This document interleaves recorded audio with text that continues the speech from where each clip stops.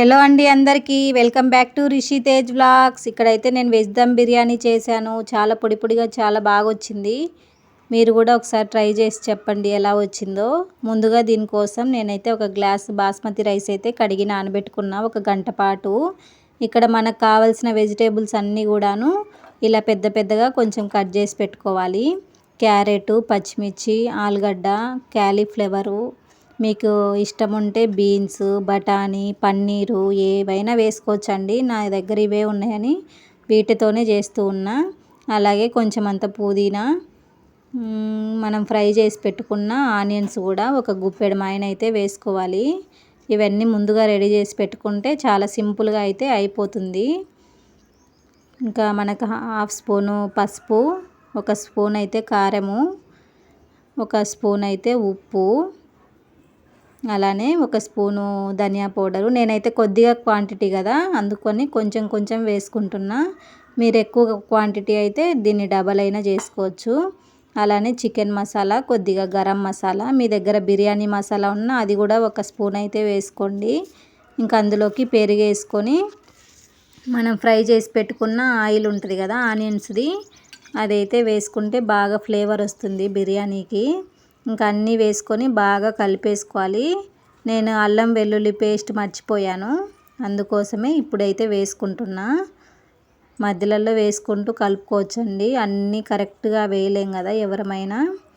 ఇంకా అలా కలిపేసుకొని దీన్నైతే ఒక గంట పాటు పక్కన పెట్టేసుకోవాలి. బియ్యం కడిగి పెట్టుకున్నప్పుడే ఇలా ముక్కలన్నీ కలిపేసి పక్కన పెట్టుకుంటే మనకి సరిపోతుంది టైం అనేది.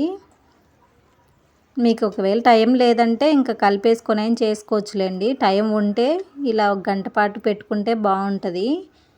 ఇంకా అలా కలిపి పెట్టుకున్న తర్వాత మళ్ళీ కొత్తిమీర, ఇంకా మర్చిపోయాను మళ్ళీ కొత్తిమీర, అలాగే నిమ్మకాయ కూడా వేసుకోవాలి కదా బిర్యానీ అంటే. ఒక సగం దబ్బా అయితే నిమ్మకాయ జ్యూస్ అయితే పిండుకొని ఏమేవి పిక్కలు పడకుండా బాగా పిండేసుకొని ఇంకా మనమైతే కలిపేసుకోవాలి. కలిపేసుకొని ఒక గంట పాటు రెస్ట్ ఇద్దాం. ఒక గంట తర్వాత అయితే ఇంకా మనం నెక్స్ట్ ప్రాసెస్లోకి అయితే వెళ్దాము. నేనైతే ఫస్ట్ టైం అండి ఇలా బిర్యానీ చేయడము. మీరు ఎప్పుడైనా చేశారా? మీకు ఎలా వచ్చిందో నాకైతే కామెంట్లో చెప్పండి. ఇక్కడ ఇంకా స్టవ్ ఆన్ చేసుకొని మనం బిర్యానీ ఎందులో అయితే చేసుకుంటున్నామో ఆ బాండీ అయితే పెట్టుకొని అందులో తగినంత ఆయిల్ అయితే వేసుకోవాలి. వేసుకున్న తర్వాత మనం కలిపెట్టుకున్న మసాలాలు ఉంది కదా వెజిటేబుల్స్ది, అదైతే వేసుకొని బాగా కలుపుకొని సిమ్లో అయితే పెట్టుకొని మగ్గించుకోవాలి. 70% ముక్క అనేది మనకి ఇక్కడే మగ్గిపోవాలండి. అలా చూసుకొని మగ్గించుకుంటూ ఉండాలి. ఇంకా వేరే స్టవ్ పైన అయితే మనము ఏసురులోకి అని మనం బియ్యం ఉడికించుకుంటాం కదా అందులోకి వాటర్ అయితే పెట్టుకోవాలి. నేను ఒక గ్లాస్కి ఒక 4 గ్లాసులు అయితే వాటర్ తీసుకొని అందులో చెక్క, లవంగాలు, యాలకులు, షాజీరా, అలాగే పచ్చిమిర్చి, బిర్యానీ ఆకు, కొత్తిమీర, పుదీనా, రాళ్ళది ఉప్పు, అలానే తగినంత ఆయిలు, ఒక స్పూన్ అయితే ఆయిల్ వేసుకున్నా. బియ్యం బాగా పొడి పొడిగా వస్తుంది కదా, అవన్నీ వేసుకొని ఆ మూత పెట్టుకుంటే మనకి వాటర్ అనేది మసలాలి. ఈ లోపల ఇక్కడ మసాలా అనేది కొంచెం అడుగు పడుతుందని నేనైతే ఒక చిన్న గ్లాస్ అయితే వాటర్ తీసుకున్నాను. ముక్కలు కూడా ఉడకాలి కదా.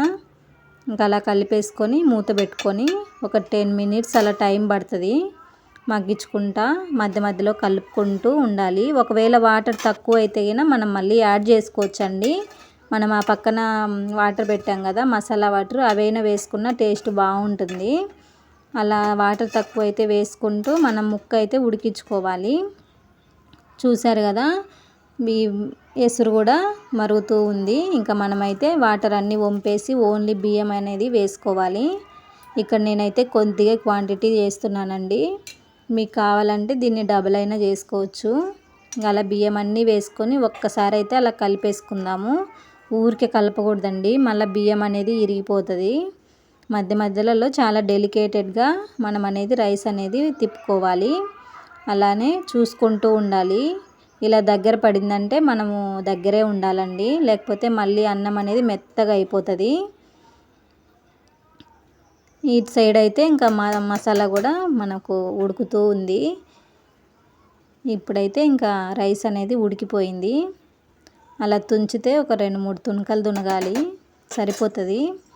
ఇంకా స్టవ్ అయితే ఆఫ్ చేసుకొని ఇక్కడ మసాలా ముక్కలు కూడా సగం అయితే మగ్గిపోయినాయి. ఇంకా అందులోకి కొద్దిగా కొత్తిమీర, ఫ్రైడ్ ఆనియన్స్ వేసుకొని ఇంకా మనం ఉడికించుకున్న రైస్ కూడా వేసుకోవాలి.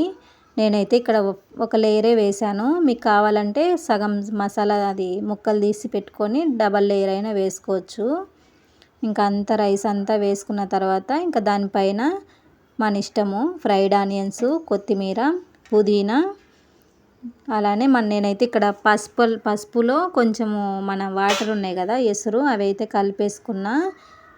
కలర్ అయితే కాదండి, పసుపు అనే స్మెల్లే లేకుండా ఉంటుంది.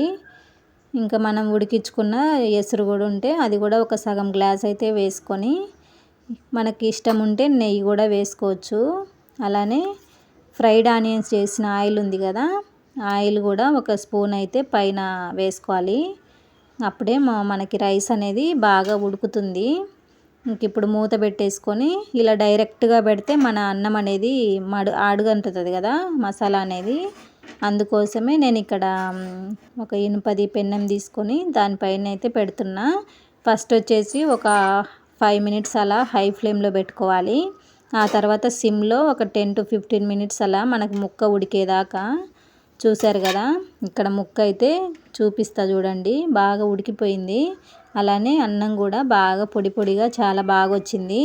ఇప్పటి వరకు నాలాగా అస్సలే ట్రై చేయని వాళ్ళు ఉంటే ఒకసారి అయితే ట్రై చేసి ఎలా వచ్చిందో కామెంట్లో అయితే చెప్పండి ఫ్రెండ్స్. చూసారు కదా, ముక్క కూడా బాగా ఉడికిపోయింది. ఇంక ఇప్పుడైతే ఇంకా మన బిర్యానీ అనేది రెడీ అయింది. అలానే మీకు ఈ వీడియో నచ్చినట్లయితే ప్లీజ్ మన ఛానల్ని లైక్ చేయండి, షేర్ చేయండి, సబ్స్క్రైబ్ చేసుకోండి.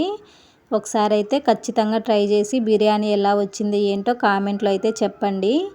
Bye friends, thanks for watching.